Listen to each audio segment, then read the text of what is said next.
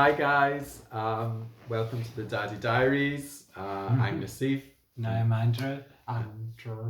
Andrew, and I'm Abba, and this is Daddy. so Daddy from the get-go. Daddy from the get-go. So we're going to talk today a little bit about questions we've been asked to answer by a lawyer. So basically, because we're not really in the local authority system in England, we're going to have to do a private adoption of Tiernan. So we have to petition the court here in England, and part of that is obviously setting out our case for why we want to adopt. So there were 5 questions that our lawyer asked us to answer. To avoid the video being too long, we're just going to deal with 2 of them today, and then we'll deal with the others in a future video. So the first question was, what was it?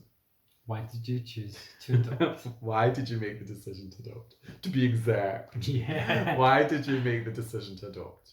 So, I think when I told you about Tiernan, like literally the day after I found out about him being born, he wasn't born yet. I remember I came home, I was visiting Scotland, and I came into the house and said, "Oh, my brother's having this baby, he's going to get taken into care."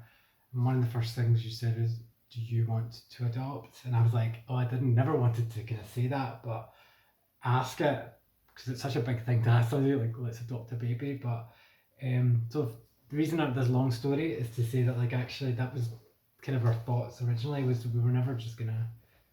Yeah, I mean, like the whole process that we got involved in, as erratic and kind of unstructured as it has been up to this point, has always been around giving Tiernan a permanent home, hasn't it? Yeah. Because that's what he required. We didn't think, we're gonna have him for 6 months and on you go. And also, I guess the idea was if he was taken into care, it was not going to be a temporary thing.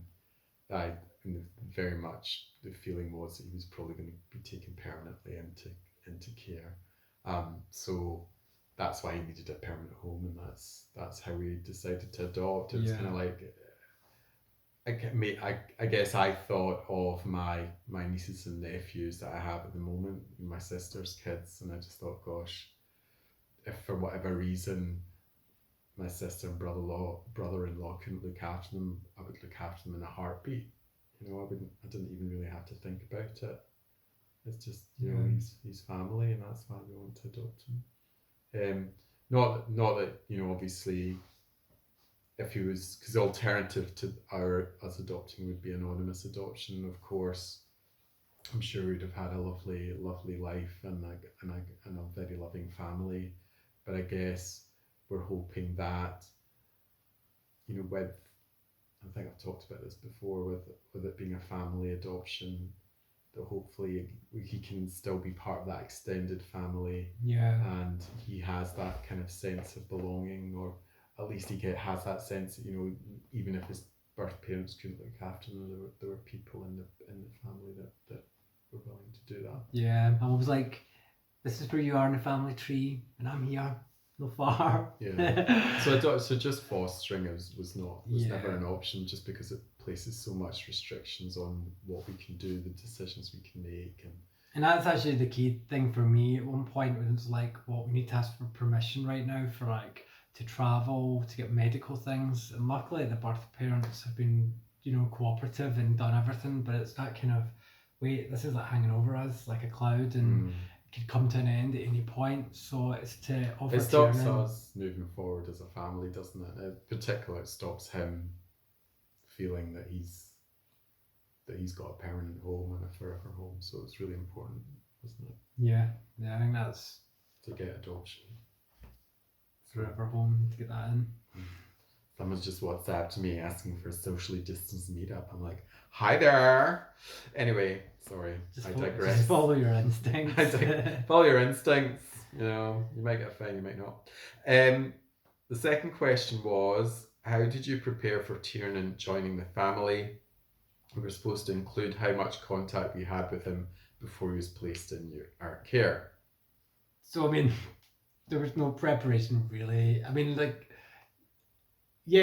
think we went through a whole process for a year, as you mentioned at the start, quite unstructured. It was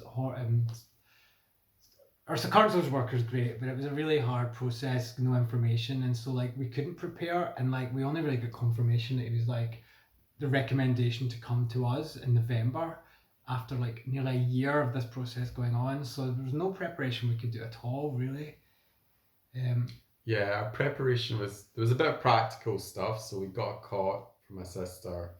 We got bits and pieces. But even bringing that cot down was like, do we bring this down and then he doesn't come to us and we need to get rid of it? And that was really hard. It was like, we're going to paint the nursery, but then they never come. And that was, we took that decision to bring the cot, but even small things like that were really hard. People were like, well, we give you this, well, we give you that. And I was like, oh, I don't know. So, and I guess if you're going through the process, you wouldn't do any of that until you'd been approved and you'd been matched, because then you wouldn't really know what kind of child, what age that child was, or if it was multiple children, what age stage they were going to be. So for us, we knew, it was kind of weird because we knew the child. There was only one child that, not that we were interested in, but the whole process was about one particular child.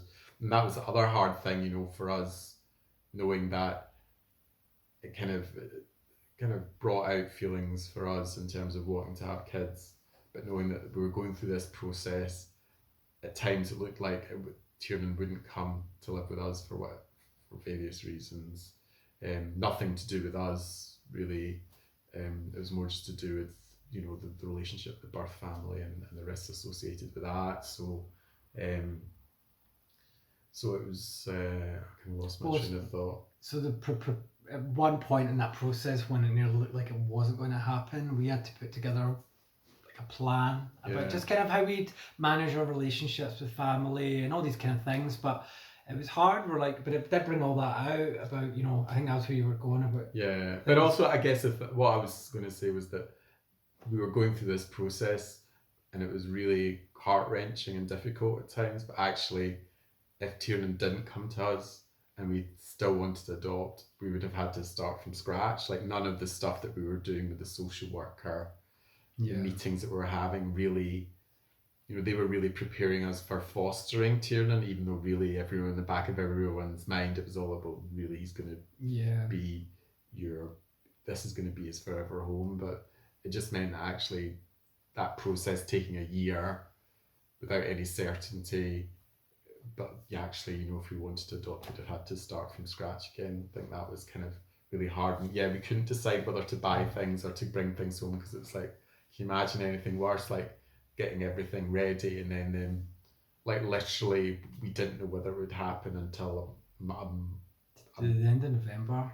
November, and the decision was taken in December, and then we kind of met in January. And in terms of contact, so after we were told that Tiernan, and it wasn't like it still wasn't in law that he would come to us, but once the social worker confirmed that we were the recommendation, I then pushed other points about, well, actually I've heard that we can actually have contact with Tiernan, and it turned out we could have had contact with him throughout the whole year.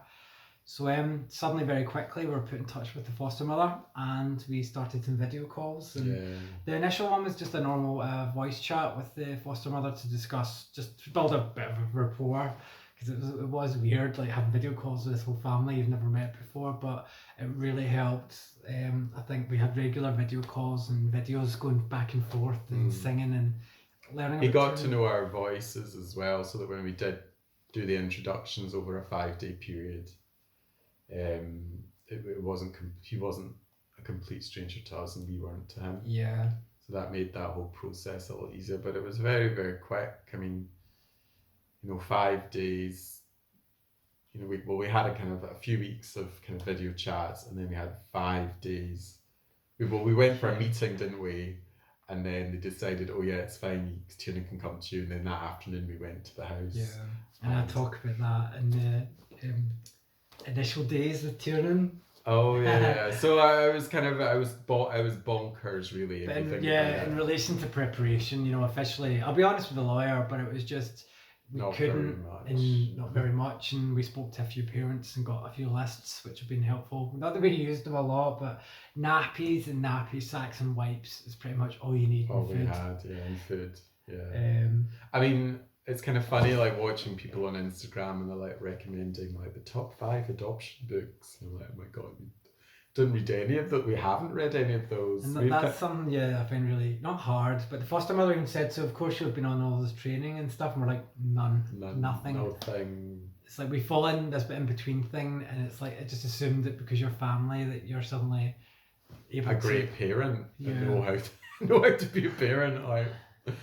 But I guess we've just had to suck it and see, haven't we? And he's been great. He's actually responded really well, and we can't really imagine our lives without him now. But Yeah, but there's more to come in the next segment. We can't talk too much about Tiernan yet. what's that? Was that? It's is that one of the described other Tiernan, questions? and yeah, there's All other right. questions. So the other questions we can kind of give you a little teaser. So the next 2 well, maybe we'll do the next 3 depending on how we get on. But the next question is, how was it when you first arrived? Can you describe those first few days? And what's it like? And why are we making this application now? So we'll kind of end it there because I think we've talked enough. I certainly have. Yeah, You have as well. I'm doing good. You're doing well. You're getting a bit more relaxed in front of the camera. Yeah. But anyway, yeah, I've just bought a new phone, so maybe like we'll be in upwards kind of upscaling of the videos. But yeah, so that's where we are at the moment. But yeah, thanks for watching. Subscribe on IGTV. And do comment, if you've got questions, yeah, we won't read them. Honestly, just ask us questions, because I think a lot of what we're doing is just about parenting. It's just about being a parent. It's not necessarily about being a gay parent. A garant, that's horrible. A garant or an adoptive parent, or it's just about parenting. It's something I've noticed. I know we should be finishing this video, but when I spoke to parents or people at work about our experience, and they're like, "Yep, that's it. That's it. That's what it is." And I was like, "Oh, it's not just I mean, I think in some ways, because he's quite young, I think if you adopted a child who's a bit older, maybe, and then because he won't remember being adopted, or he won't remember anyone other than us, really. So that kind of simplifies certain things. So I mean, look, I guess there's certain questions that we might struggle to answer that maybe people are adopting kids who are a bit older. But ask questions, guys. Ask away.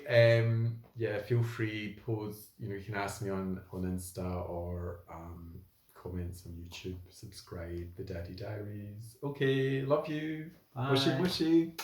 Bye.